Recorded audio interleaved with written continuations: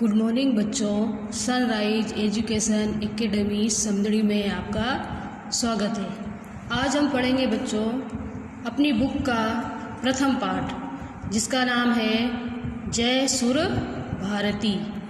इसके जो लेखक हैं वो डॉक्टर पुंगवेन हरिरामाचार्य हैं। उन्होंने इस गीत को मधुछटा नामक जो रचना है उसमें से लिया और लिखा। इसमें उन्होंने सरस्वती की वंदना करते हुए ये श्लोक लिखे जिसमें वो क्या कहना चाह रहे हैं, उन्होंने अपने विचार इसमें व्यक्त किए हैं। तो सबसे पहले हम इसका पहला श्लोक पढ़ेंगे। जय जय हे भगवती सुर भारती तव चरणों प्रणमाम। नाद ब्रह्ममयी जय वागीश्वरी शरणम ते गच्छाम। इसमें जो भी भगवती सुर भारती नाद ब्रह्ममयी और वागीश्वरी जो ये नाम है इसमें ये सरस्वती नाम का संबोधन किया गया है। अब इसका हिंदी अर्थ में कवि ये कहते हैं कि जय जय हे भगवती सुर की देवी तुम्हारे चरणों में प्रणाम। कवि कहता है कि नाद ब्रह्ममयी वाणी की देवी आपके चरणों में प्रणाम। फिर इसका है दूसरा श्लोक। त्वं सी शरणाय त्रिभुवन धन्याय सुर मुनि वंदिते चरणा। नवरस मधुरा कविता मुखरा इसमें रुचि रुचिर भरना। इसमें त्रिभुवन जिसका अर्थ होता है कि आप तीनों लोकों में समाई हुई हो। सूर देव मुनि आदि जो देवताएं हैं वो आपका वंदन करते हैं और आप 9 रसों से युक्त हो। तो इसमें कवि कहते हैं कि सभी को शरण देने वाली तीनों लोकों में श्रेष्ठ देवों और मुनियों द्वारा पूजित चरणों वाली नव रसों से माधुर्य को देने वाली कविता द्वारा मुखरित तथा मंद हंसी युक्त छवि रूपी आभूषण वाली हे सरस्वती तुम्हारे चरणों में प्रणाम है। यानी कहने का मतलब है कि कवि जो माँ सरस्वती है उनको तीनों लोकों में श्रेष्ठ देवी माना गया है और मुनियों द्वारा पूजी जाने वाली है, जिसमें 9 रस समाये हुए हैं और कविता को मुखरित करने वाली है तथा उनकी जो हंसी है वह मंद हंसी युक्त रूपी आभूषण वाली है। इसलिए हे सरस्वती मैं तुम्हारे चरणों में प्रणाम करता हूँ। तीसरे श्लोक में आसीना भव मानस हंसे कुंद तुहीन शशि धवले हर जड़ताम कुरु बोधि विकासम सित पंकजम तनु विमिले। इसमें आसीना भव यानी आसन पर विराजमान, मानस हंसे यानी मान सरोवर में जो हंस रहते हैं, कुंद चमेली तुहीन बर्फ और शशि चंद्रमा धवले यानी सफ़ेद। इसमें कवि ये कहना चाहता है कि कवि कहते हैं कि मान सरोवर के हंस अथवा मेरे मानस रूपी हंस पर विराजमान हो।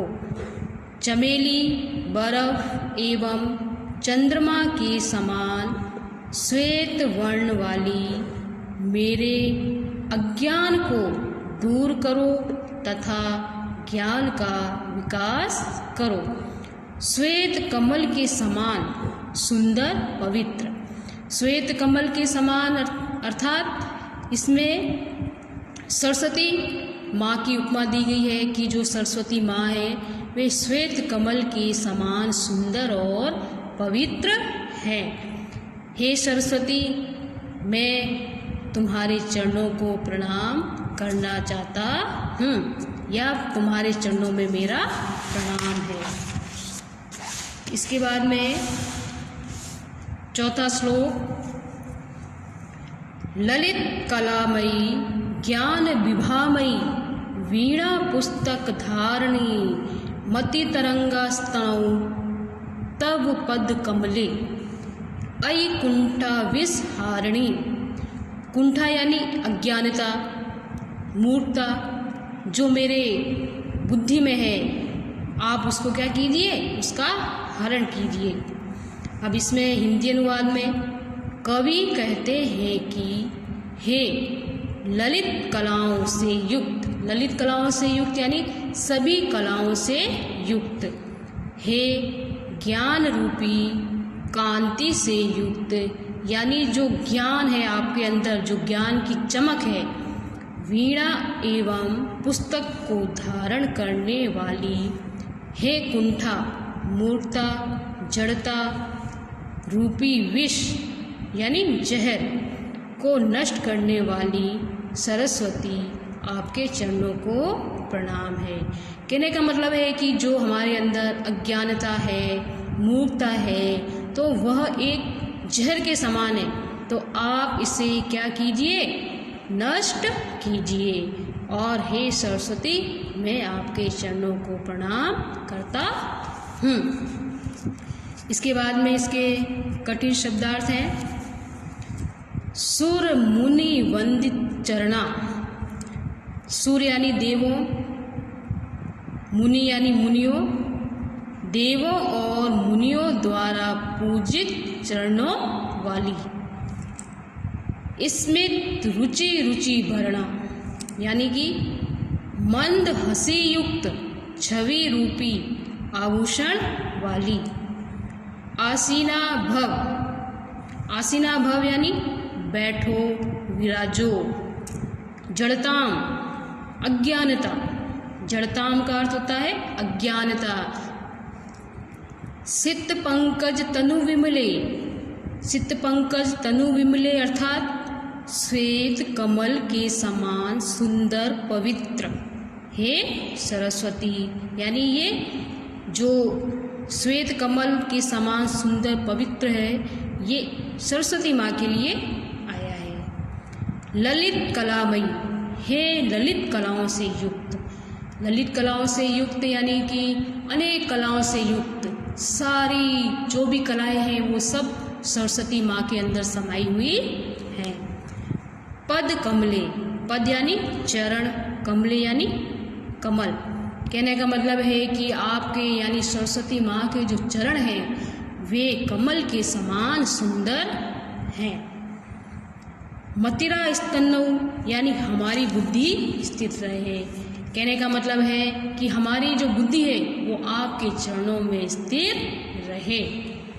अब बच्चों, आपका ये हिंदी अनुवाद भी पूरा हो गया है और इसके शब्दार्थ भी पूरे हो गए हैं। आपको अपनी कॉपी में हिंदी अनुवाद भी लिखना है क्लास वर्क में, और कठिन शब्दार्थ भी लिखने हैं। उसके बाद में आप लिखोगे गृह कार्यम। गृह कार्य यानी होमवर्क। होमवर्क में सबसे पहला जो प्रश्न है वो है वस्तुनिष्ठ प्रश्न। निम्नलिखितेषु पदेषु संबोधनम पदम नास्ति, यानी कि जो निम्नलिखित जो ये शब्द दिए हुए हैं इसमें सरस्वती संबोधन नाम किसमें नहीं आया है, उसके बारे में आपको बताना है। तो इसमें भगवती सरस्वती के लिए आया है, सुर भारती ये भी सरस्वती के लिए आया है, और वागीश्वरी ये भी सरस्वती के लिए आया है, और मानस हंसे ये मन रूपी हंस, यानी कवि का जो मन है उसमें हमेशा सरस्वती विराजमान रहे। तो इसमें जो सही उत्तर होगा वो उसमें मानस हंसे होगा।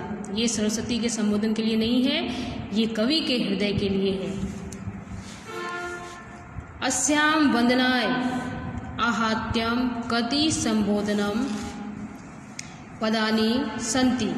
इसमें जो भी सरस्वती माता के संबोधन के लिए जो शब्द आए हैं वे कितने हैं वो आपको गिन के लिखने हैं। सप्त है कि अष्टौ है कि 10 है कि त्रीणि है, तो इसका उत्तर 10 होगा।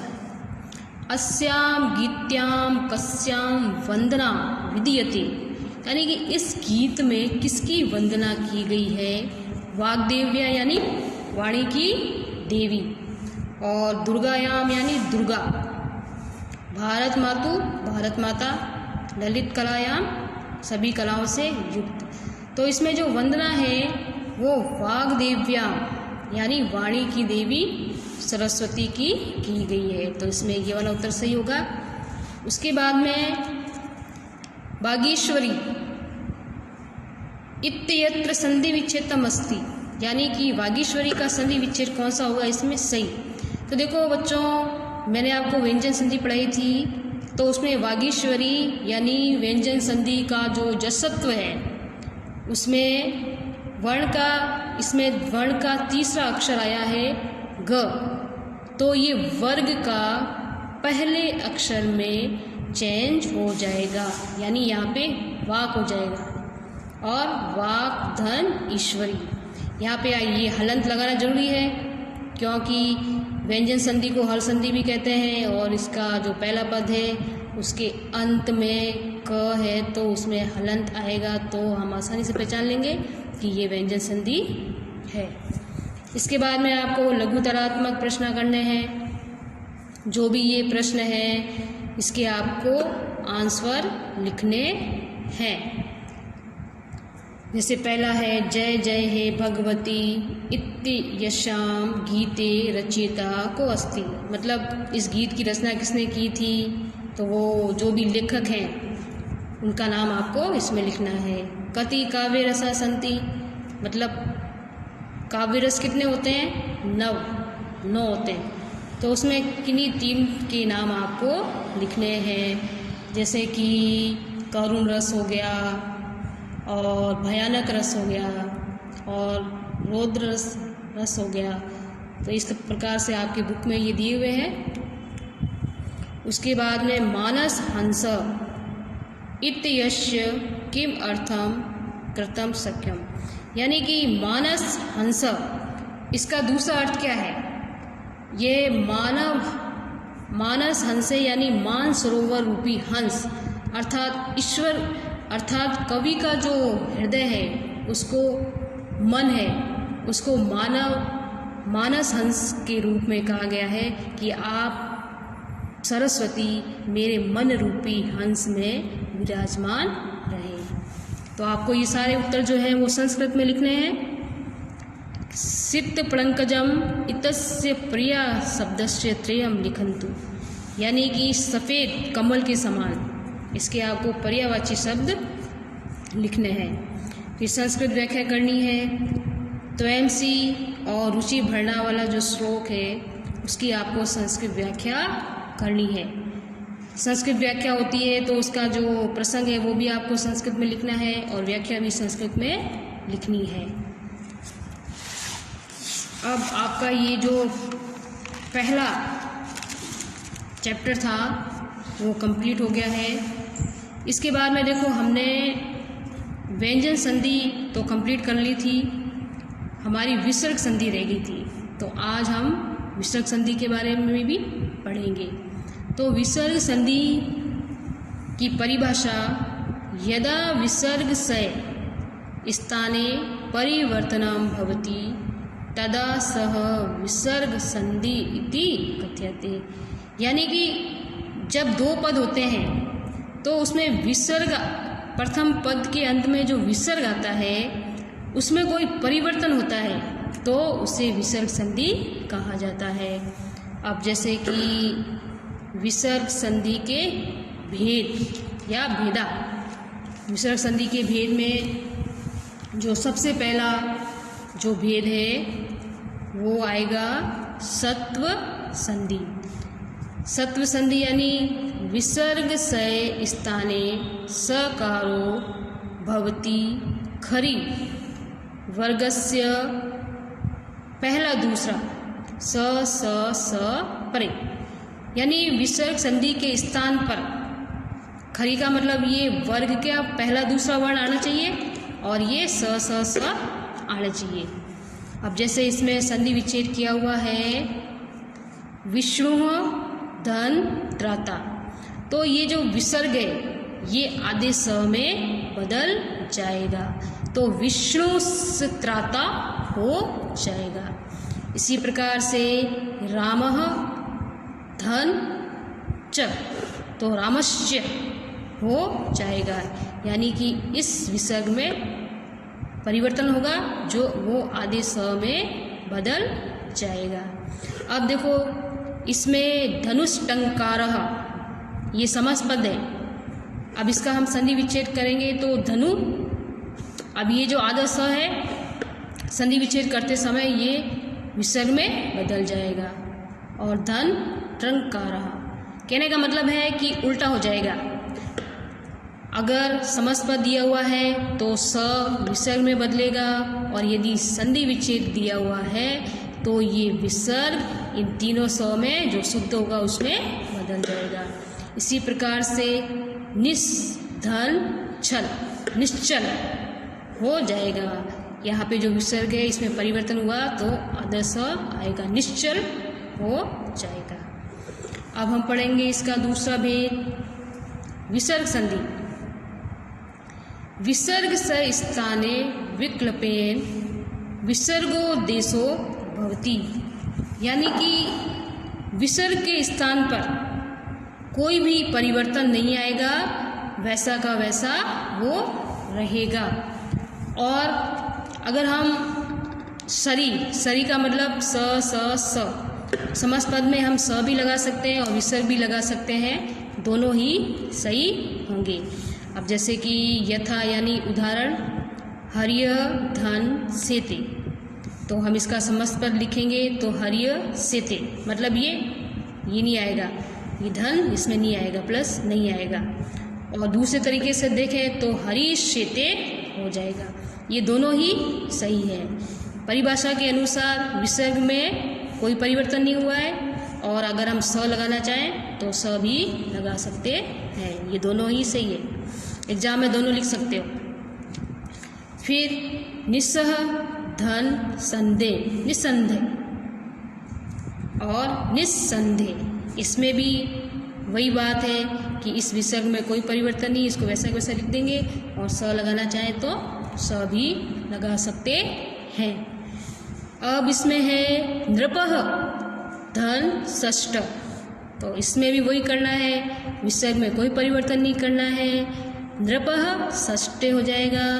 और इसमें अगर स लगाना चाहते हो तो नृपस्य षष्ठः हो जाएगा। अब हम पढ़ेंगे उत्व संधि। उत्व संधि जैसे कि नाम से ही पता चलता है, ओ का आना, अ धन उ बराबर ओ होता है और इसमें अपग्रह चिन्ह आता है जो कि अ में बदल जाता है संधि विच्छेद करते समय।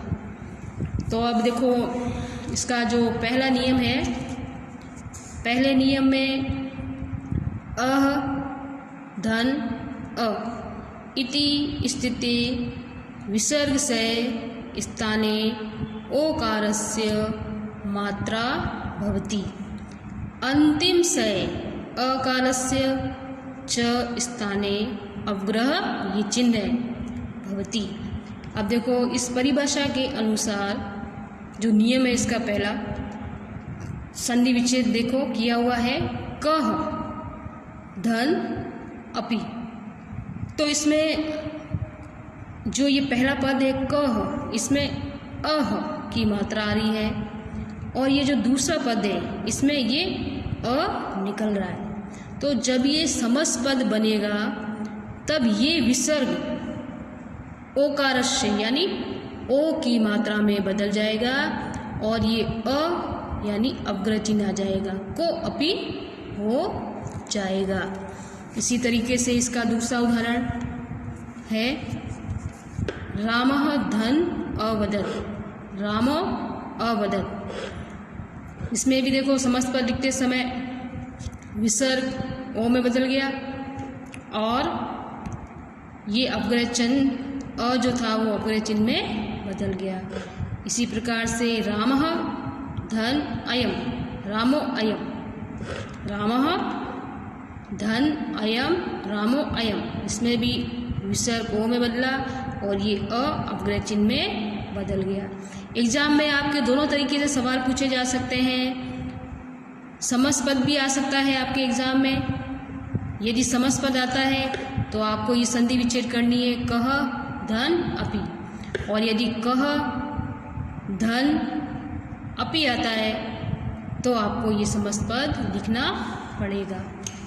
अब इसी तरीके से इसका जो दूसरा नियम है वो दूसरा नियम हम पढ़ेंगे।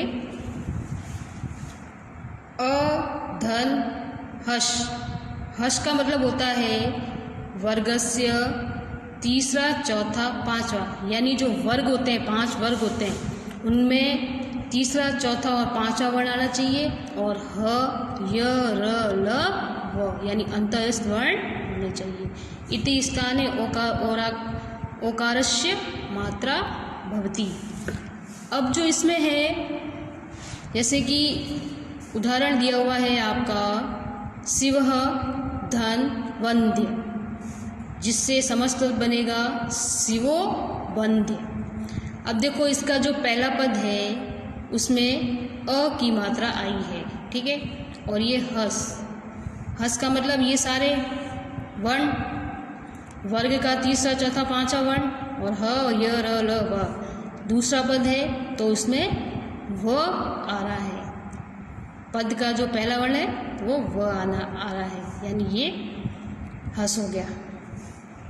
इनको मिलाया तो शिवो वंद्य हो गया, यानी ये विसर्ग ओ की मात्रा में बदल गया। इसी तरीके से रामो हस्ति, अब इसका हम संधि विच्छेद करेंगे। संधि विच्छेद करेंगे तो रामो का रामः, ओ की मात्रा विसर्ग में बदल गई और धन अस्ति, ह आया है यहाँ पे, ये रहा सेकंड पद में। इसी प्रकार से नमः धन नमः, इसका समस्त पद बनेगा नमो नमः, ये विसर्ग बदल गया ओ में, नमो नमः। और ये देखो न जो है वो हश, यानी वर्ग का तीसरा चौथा पांचवा, यानी कि न जो है वो पांचवा वर्ण है, वर्ग का पांचवा वर्ण आ गया। तो आपको इसमें ये जो नियम है ये याद रखने पड़ेंगे, तो आप आसानी से एग्ज़ाम में कर सकते हो। संधि भी पहचान लोगे और संधि विच्छेद भी कर लोगे। इसके लिए आपको ये याद करने पड़ेंगे और ये आपको नोट करना पड़ेगा कॉपी में। इसके बाद हम पढ़ेंगे विसर्ग से रेफ। विसर्ग से रेफ, रेफ से मतलब र की मात्रा, और जो ऊपर जो र की मात्रा आता है वो रेफ। समस्त पद में रेफ आता है, यानी कि जो समस्त पद होता है उसमें र की मात्रा आती है, जो कि संधि विच्छेद करते समय रेफ विसर्ग में बदल जाता है। अब जैसे उदाहरण है मुनि रीति, अब ये समस्त पद है मुनि रीति, तो इसमें र आया है। अब जब हम इसका संधि विच्छेद करेंगे तो मुनिह, यानी कि ये जो र है ना ये विसर्ग में बदल जाएगा और धन इति, इति यानी ये छोटी की मात्रा थी तो ये छोटी आ गई और इति हो जाएगा। इसी प्रकार से देखो भानु रसौ, इसमें भी र आया है, ये र विसर्ग में बदल जाएगा, भानुः धन असौ हो जाएगा। फिर तैरागतम, तै धन अगतम, इसमें ये र जो था विसर्ग में बदल गया और ये आ यहाँ पे आ गया, तो आगतम हो गया। अब देखो अगला वाला धेनुर्गच्छति, अब इसमें जो र है वो रेफ में आया है, यानी ऊपर आई है र की मात्रा, तो ये र विसर्ग में बदलेगा संधि विच्छेद करते समय, धेनुः धन गच्छति। अब मान लो तुम्हारे एग्ज़ाम में आ जाता है धेनु धन गच्छति, तो आप इसका समस्त बनाओगे ना, तो ये विसर्ग है ना, ये यहाँ पे र में चला जाएगा, बस उल्टा हो जाएगा। इस बात का आपको ध्यान में रखना है, उल्टा हो जाएगा। अगर ये आता है तो आपको ये संधि विच्छेद करना पड़ेगा। यदि एग्ज़ाम में संधि विच्छेद किया हुआ आता है तो समस्त पद आपको ये वाला लिखना पड़ेगा। तो ये तो आप जब याद करोगे तब आपको आसानी से याद हो जाएगा। अब पांचवा भेद।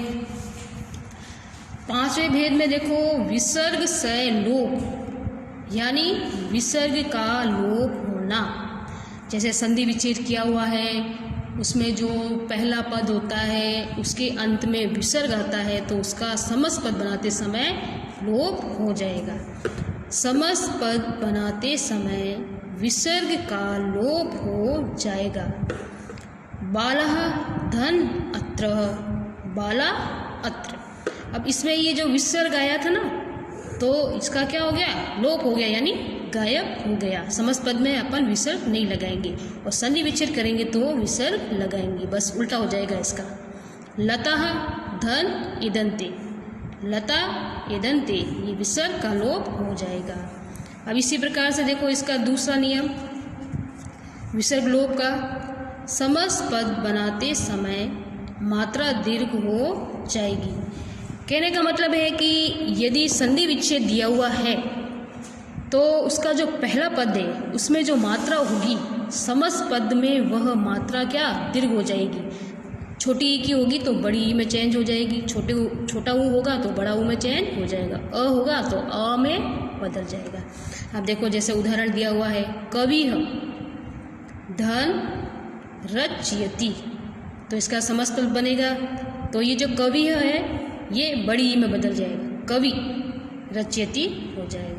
अब भानुः धन राजते, तो ये छोटे ऊ की मात्रा है, समस्त पद बनाएंगे तो बड़े ऊ में चेंज हो जाएगा, मात्रा दीर्घ हो जाएगी। जो दूसरा वाला पद है उसमें कोई परिवर्तन नहीं होगा। फिर पुनः धन रमते, पुनः रमते। अब इसमें जो प्रथम पद का अंत जो है अ था, तो अ का दीर्घ हो गया आ, पुनः रमते, बस। अब देखो आपके इसमें भी संधि में भी आपको गृह कार्य करना है।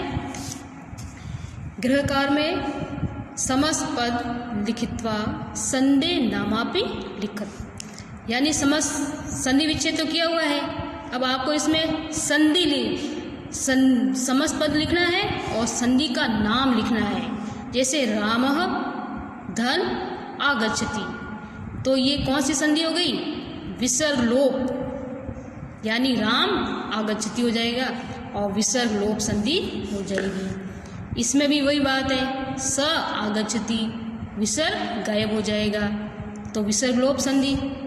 इसमें भी यही है, विसर्ग का लोप हो जाएगा, इसमें भी विसर्ग का लोप हो जाएगा।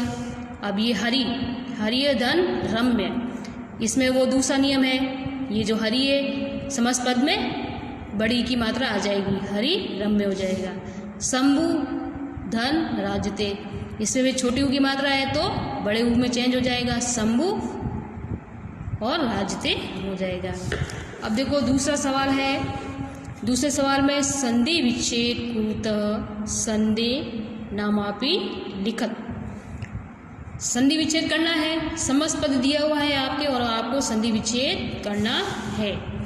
अब जैसे कि मनोहर, ओ की मात्रा आ गई, तो हम ओ की मात्रा आई है और जो वो वर्ण थे ह य र ल व और वर्ग का तीसरा चौथा पांचवा अक्षर, तो इसमें ह आया तो हम समझ जाएंगे कि ये संधि कौन सी है, उत्व संधि है। तो इसका संधि विच्छेद करेंगे तो मनः धन हरः, यानी उत्व संधि। इसी प्रकार से यशोदा, इसमें भी ओ की मात्रा आई है और ये पीछे जो द है तो ये वर्ण का कौन सा अक्षर है, त थ द ध, यानी तीसरा है ये, तो इस प्रकार से इसमें यश, धन और द हो जाएगा, ये भी उत्तम संधि है। अब इसमें पुनः अत्र यानी र आ गया तो ये विसर्ग रेफ संधि है, तो पुनः धन अत्र हो जाएगा। क्षीणो भवति, इसमें भी क्षीण धन भवति हो जाएगा, ये भी उत्व हो जाएगी। भ आया है, वर्ण का चौथा अक्षर आया है इसमें और ओ की मात्रा आई है तो ये हो जाएगी उत्व विसर्ग संधि। इसी तरह से प्रातः गच्छति, र रेफ आया है, हम समझ जाएंगे कि ये विसर्ग रेफ संधि है। प्रातः धन गच्छति, ये जो र की मात्रा है ये विसर्ग में बदल जाएगी। पितृवंदे, इसमें भी रेफ आया है तो ये जो रेफ है ये विसर्ग में बदल जाएगा संधि विच्छेद करते समय, तो पितः धन वंदे हो जाएगा। इसी प्रकार से मातर वंदे, तो मातः धन वंदे, ये रेफ विसर्ग में बदल जाएगा संधि विच्छेद करते समय। और समस पद लिखते समय जो विसर्ग है वो रेफ में बदल जाएगा, बस इसका उल्टा हो जाएगा। इसका आपको थोड़ा ध्यान रखना पड़ेगा, ये आपको याद हो जाएगा। अगर डेली आप याद करोगे ना, समझोगे तो आपको बड़ी आसानी से ये चीज़ें याद हो जाएंगी। बस इसको आपको एक बार डेली देखना पड़ेगा। ये जो संधि मैंने आपको करवाई थी ये है ना, आपको है ना कॉपी में भी लिखनी है सब, जैसे मैंने लिखी हुई है, और ये होमवर्क भी आपको करना है और साथ में इसको याद भी करना है। अब देखो बच्चों, मैंने आपको जो ये श्लोक पढ़े थे और इसका हिंदी अनुवाद बताया था, अब इसको एग्ज़ाम में इसका 5 नंबर का सवाल आता है कि जो श्लोक है उसका आपको हिंदी में अनुवाद करना है। तो इसके लिए आपको सबसे पहले क्या करना पड़ता है, श्लोक आया, आपने श्लोक लिख दिया। श्लोक लिखने के बाद में आपको सबसे पहले लिखना है एग्ज़ाम में प्रसंग। प्रसंग आपको हिंदी में लिखना है, यदि अनुवाद करना है हिंदी में तो आपको प्रसंग भी हिंदी में ही लिखना पड़ेगा।